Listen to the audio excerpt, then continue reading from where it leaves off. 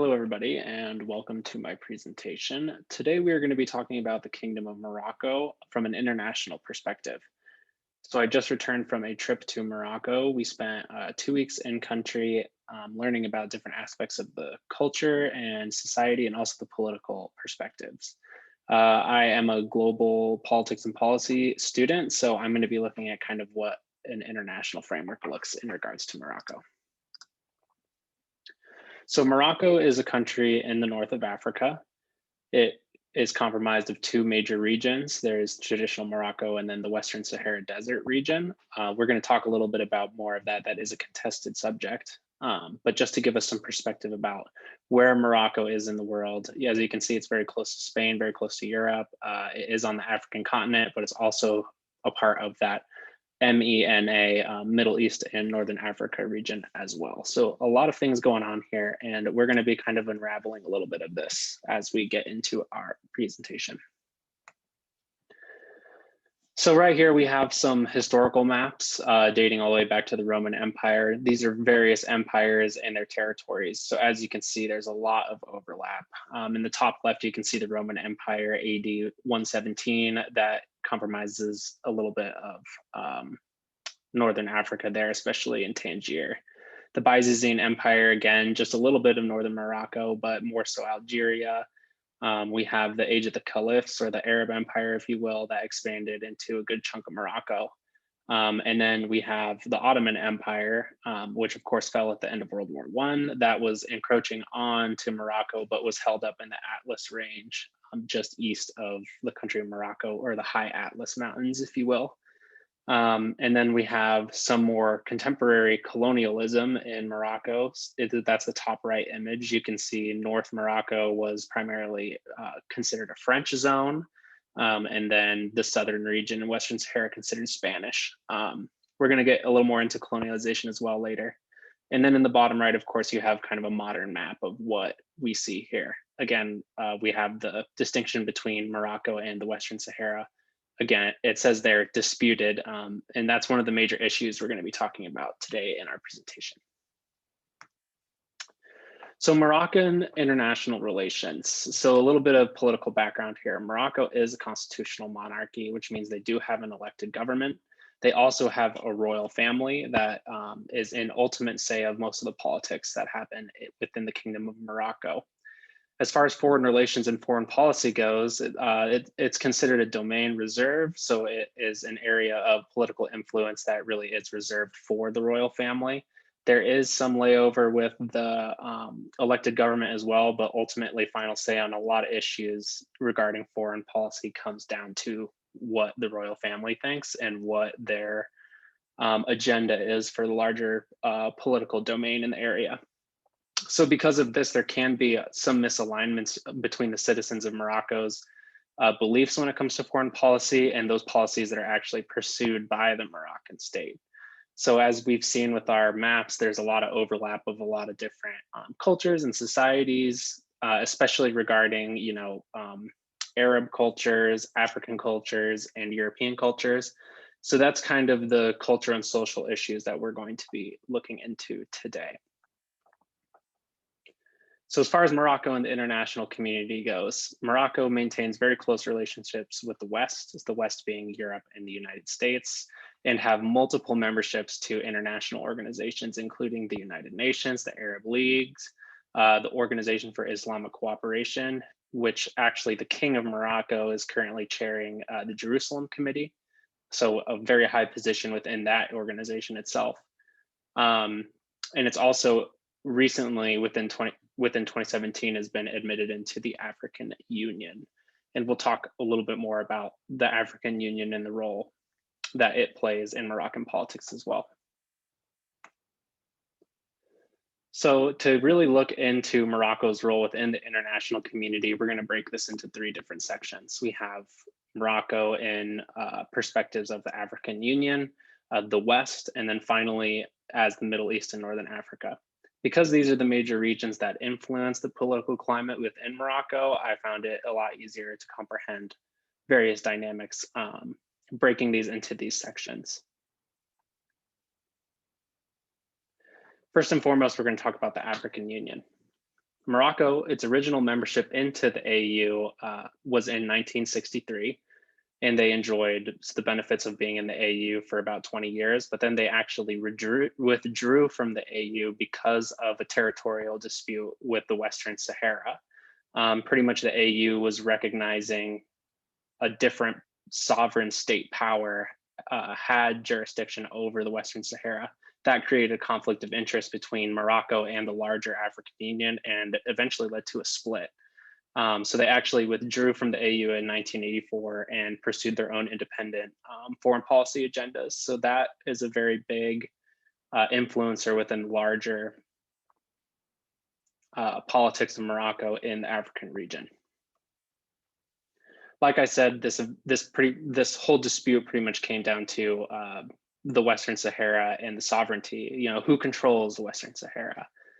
So in 1984, the AU accepted the Western Saharan government, the Sahrawi Arab Democratic Republic, as a legitimate member state to the African Union, which pretty much gave legitimacy to that political power to have control over what the Moroccan political system deemed their own territory. So very big infringement, like from a Moroccan perspective, a very big infringement on their sovereign territory by the African Union, and caused a really deep political divide between Morocco and some of the African countries, and especially the AU that composed a lot of the regional organization in Africa. So this was something that really surprised me because I knew that Morocco had a very unique position within this region, and learning about how this Western Sahara disputed lands issue actually kind of shaped a lot of the political climate in Morocco over the next, up until now, really. So 70 years, and maybe even before that. And that was very apparent within the population there as well. So at the time, Morocco ruled over and politically managed most of the territory once it was considered its own state. But even throughout that process, Morocco managed a lot of the infrastructure and really was a political influencer in the region. So this became a very politicized dispute. And still to this day, the AU still recognizes the Western Sahara as its own political member. So still, even today, it's a very contemporary issue. So because of this, there's 4 main ways to show the Western Sahara. You'll see this on maps. I know when I was looking into Morocco, I saw a lot of this divided up. On Google Maps right now, I'm pretty sure that it's still divided into Morocco and the Western Sahara. But as of 2020, and we'll learn more about this too, but as of 2020, the Trump administration did recognize the Western Sahara as a part of Morocco. We'll talk a little bit about more of the political dynamics of that in a moment. So there's 4 main ways to show the Western Sahara. And as you can see here, either completely separate, they're separated by which political entities are controlling the territory, which is the 3rd image to the left there. And then finally, Western Sahara as a part of Morocco. For our next section, we're going to be talking about Morocco and the West. So the West, like we were saying, is made up of Europe and the United States. There is a deep history with the West, both as for colonialism's sake and for partnership, especially with the United States. First, we're going to talk about colonialism. So as you can reference from our maps earlier on, colonialism has been a huge part of Morocco's history, from these big empires all the way back to the Romans, all the way up until the partitioning of Morocco by Spain and France in 1912. So in 1912, Spain and France came to a secret agreement to divide up Morocco into 2 different areas. Now, today, we know it as Morocco and the Western Sahara. Morocco was designated to the French and Western Sahara to Spain. It wasn't until 1956 that Morocco gained its independence and was able to create its own political destiny. Some of the lasting impacts to this colonialism is strong relations with France and Spain. So even though they were colonial powers and eventually Morocco gained independence, there still is really close political and economic ties between the two countries, or the three countries really. Spain and France are the largest exporting and importing partners to Morocco, so still major economic influence. French is widely spoken by Moroccans. I can testify that that is definitely true. From my experiences overseas, a lot of Moroccans learn French as a way to economically empower them so that they have the ability to work in these industries, economic industries, in international business. And that goes kind of hand in hand with English.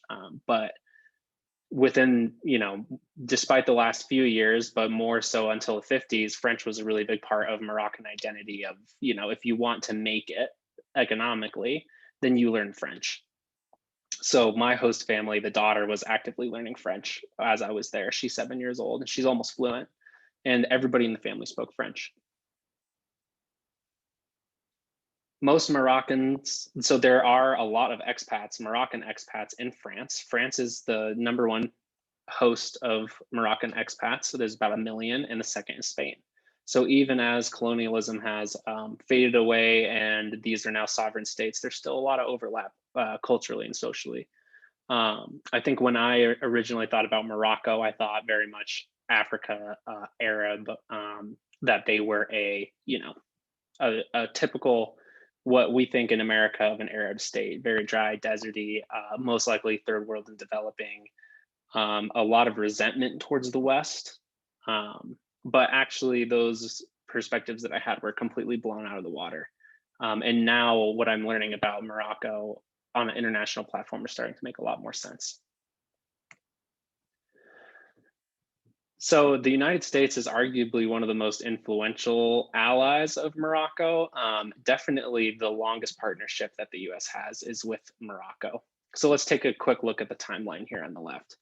1777, Morocco opens its ports to American ships. Wow, that's early. That's easily one of the earliest foreign relations that the United States has had, besides maybe the French, but again, very influential. In 1786, the Treaty of Peace and Friendship was signed. The Treaty of Peace and Friendship is the longest unbroken foreign relation agreement in United States history. So again, very strong political ties between the two. In 1905, full diplomatic relations begin. And then, remembering the French and Spain eventually colonized Morocco, there was a time between 1905 and 1956 where a lot of those relations were going through the French and the Spanish. So we kind of see a gap in the US timeline there because of that colonialism. So kind of cool overlap there. In 1956, the US recognizes Morocco independent from French control. So this was very early on. Again, the US was one of the first countries to do so in support of Morocco.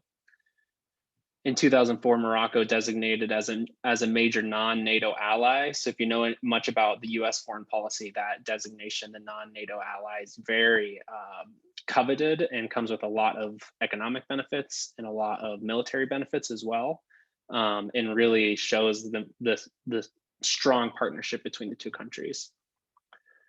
In 2006, Morocco and U.S. enters into a free trade agreement. And finally, in 2020, the U.S. recognizes the Western Sahara as sovereign Moroccan territory. And we're going to get into a little bit more about that case study specifically later on in the presentation. For me personally, I had no idea that Morocco was such a strong ally to the U.S. I was very surprised by that. I mean, I knew they had good foreign relations, but to actually see how the U.S. and Morocco have been working in partnership so closely all the way since the founding of the United States was very cool and really shifted my perspective of like the importance of Morocco for U.S. policy in the MENA, Africa, and European regions.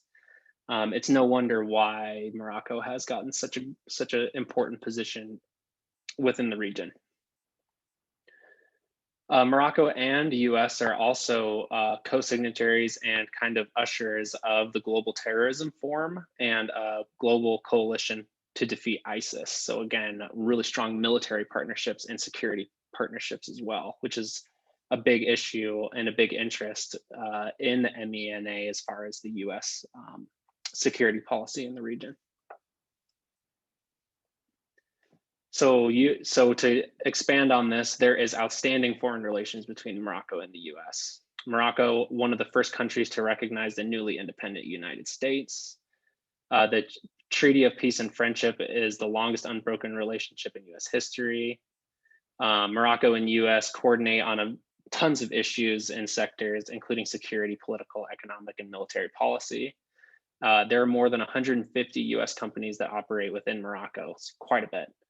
And then again, they are co-ushers of the Global Counterterrorism Fund and the Global Coalition to Defeat ISIS. This image here on the right is actually it's tough to say exactly the definition, but it is considered sovereign US territory. This is in the city of Tangier, so just north Morocco, just across from Spain. You can go here with a US passport, and when you walk into grounds, you are on US soil. You can kind of see behind those bushes there is a crest of the United States coat of arms. And again, kind of shows how that partnership extends to the point where there's actually sovereign US territory within Moroccan borders. It's a very strong partnership. Finally, let's get into Morocco in regards to the Middle East and Northern Africa region. So the map here, you can see Morocco's position within the larger MENA system. This in itself is kind of a controversial topic. Some might not consider Morocco as part of MENA. Others might. It's really up for grabs. Me personally, when I'm thinking about this, I consider Morocco part of MENA. Especially because of its cultural and social ties to the larger MENA region through those systems of colonialism, and then through their historical position within the rise and fall of empires throughout, the last couple thousand years. So today we're going to be looking at a case study. This is Moroccan normalization of relations between Morocco and Israel. So a very kind of controversial issue for Moroccans, but definitely a controversial issue across the larger MENA region. So in 2020, President Trump worked with Morocco to join a small list of Middle Eastern countries that recognize the sovereignty of Israel. There is 6, I think today, a lot of them Gulf nations, but a growing number that are starting to do this. This was originally a policy of President Trump to create peace in the Middle East by driving the normalization trends. But so this was something that Morocco agreed to and signed on to. But when the Arab Opinion Index went in and did a survey of what the citizens think of this, 88% of surveyed Moroccans said they would oppose diplomatic relations to Israel. This is primarily because of the Palestinian ties. And then 70% viewed the Palestinian cause as one that concerns all Arab nations and Arab people. So as you can see, this is one of those cases where public opinion and popular opinion might directly come into conflict with the decisions of the state. This speaks to the social ties that Moroccan citizens have to the larger Arab populations across the Middle East. There's also very strong ties between Morocco and Israel and the Jewish people. And so that also creates a point of contention. But while this move was not a popular opinion with Moroccan citizens, if it was left truly up to a democratic function, it probably wouldn't have happened. But because we do have a constitutional monarchy and international relations does fall in to the jurisdiction of the royal family, this was pushed through and this agreement was made. So it wasn't with popular opinion, but it actually furthers the regime's political goals by strengthening ties with other MENA states, especially Gulf states. And this was a major political play for reciprocal normalization and recognition of the Western Sahara as Moroccan territory. So as you can imagine, Morocco is also trying to vie for normalization and relations and recognition of Western Sahara as Moroccan territory. So kind of an exchange here, maybe a little bit of a quid pro quo do we see Morocco normalizing and recognizing Israel, as opposed to, not recognizing them and siding with Arab Palestinians. But in reciprocation, President Trump agrees to recognize the Western Sahara as Moroccan territory. So you kind of see an exchange of political recognition going on here, which kind of speaks to the controversial but also very dynamic politics that goes on within Morocco, especially on an international platform. Something that I personally was very confused about before going to Morocco and having this experience, but now having been there and working with the population and studying politics within the country has really started to open my perspective to really how this kind of plays back and forth. The final thing I want to touch on is Morocco and modernization. So one of the things that really struck me when I went to Morocco was just how modern it is and how modern it's trying to become. Like I said earlier in this presentation, my initial perspectives of Morocco was, a Middle Eastern country that was developing, that could be considered maybe even third world or developing nation, and not really knowing too much about like what Morocco is as a modern society, which it is. It's completely modern. It is just as modern as a country that you might see in Europe, especially when you get northern in Morocco. As you go south, maybe you'll start seeing a little bit more of the like rural aspects of it, but in general, very modern, very friendly. A lot of people speak English, but I wanted to talk a little bit about modernization. A couple of things that really stuck out to me. On the left here, we have the Mohammed VI Tower. This is a tower that is being built. It's a commercial tower, so businesses will be in there, apartments will probably be in there. It is going to be the tallest freestanding structure in Africa. So very big claim there. And it is a construction project that is in partnership between Morocco and actually the Chinese. So again, kind of playing into, Morocco as a dynamic international partner and being willing to work with countries outside of its scope, but also in pursuit of its own interests. Very interesting. We have the bullet train and the train station, metro stations in Morocco. This is the bullet train that travels from Rabat to Tangier in about an hour and 10 minutes. So it travels at, very fast. I think we clocked it at like 192 miles an hour when we were traveling. So very modern. We don't have stuff like this in the US really. And it is truly, these train stations are immaculate, very, very modern, very efficient. The train, it's just incredible to see such solid infrastructure in Morocco. And then finally on the right here, we have one of the most impactful experiences for me, which was traveling to a local school that was working with an organization that is building 3D printers and donating them and their expertise to local schools, primary schools, primarily working with children to get this advanced technology into their hands so that they can start working with software engineering. On the bottom right here, we see working with circuits and circuitry.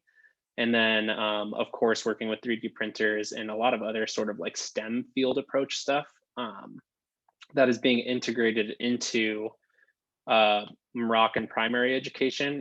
These are young kids playing with 3D printers, homemade 3D printers, working with circuits, working with circuitry, learning how to speak computer lingo and how to code and how to write software. And, it's really quite amazing to see how Morocco is integrating this technology into their education and just how they are willing, both the state, recently the state funding these programs, but also just how the Moroccan people on their own fruition and on their own pay and on, their own donations are really foraging this new generation of Moroccans. Very inspiring and something that really blew me out of the way or out of the water. Truly, it challenged my perspectives that I had on Morocco and truly on the larger MENA region as well. I can't imagine that something like modernization and the drive for not necessarily Western ideology, but things like updated infrastructure, advanced technology education is really becoming a huge part of the modern world, and how these countries are recognizing that at a level that I think that maybe we're not even recognizing in the US. I doubt you could go into a primary school, in the US and go to a creation lab that has 3D printers and whatnot. Maybe in some places, but to see the Morocco taking this project on by its own citizens is quite incredible to see. And finally, I just wanted to cap with just some unique experiences. Here's just a lot of different images of some of my cherished memories that I will definitely have of Morocco. Whether it was riding the bullet train across Morocco and experiencing cities like Tangier, Rabat, Casablanca, whether it's working with homemade 3D printers, sitting in my local host family's living room, drinking Moroccan tea and learning about Moroccan culture, whether it's meeting locals and talking about, life as a student in Morocco, and um, how the, traditional Moroccan culture, Moroccan politics, and the youth kind of come into contact in some of those struggles, but also some of their greatest dreams and ambitions. Visiting these modern Islamic schools that are teaching Islamic studies in a modern setting, really proving to me that, Islamic studies is not something that is, well, it is something that is both historical and modern. And really key to understanding the region and really the larger Islamic world. And then, of course, visiting these ancient structures of Volubilis and other old Roman architecture, and some of the cultural and political history of Morocco is definitely a highlight. This experience really encouraged me to reconsider my identity, especially my identity in relation to MENA. And just really realizing that this is a very dynamic region, and Morocco especially is a very dynamic country, and really challenged me to really drop my preconceived notions about what these countries are like, what the people are like, and really recognizing that there's way more similarities between the West and these countries than maybe we originally anticipated. But even beyond these borders of the West, MENA, Africa, like it's really, when you dissolve those and you just think about the people and the people that you encounter every day, just really recognizing that we are all human and we all have the capability to work together, to live together, to dream together, and to really encourage a new, better life for the people in our world. And that was by far one of the most amazing things that I'm going to leave Morocco with, and I'll cherish for the rest of my life. I hope that this was educational. I hope that it was informative. And most of all, I hope that you have a great day going forward. Thank you so much.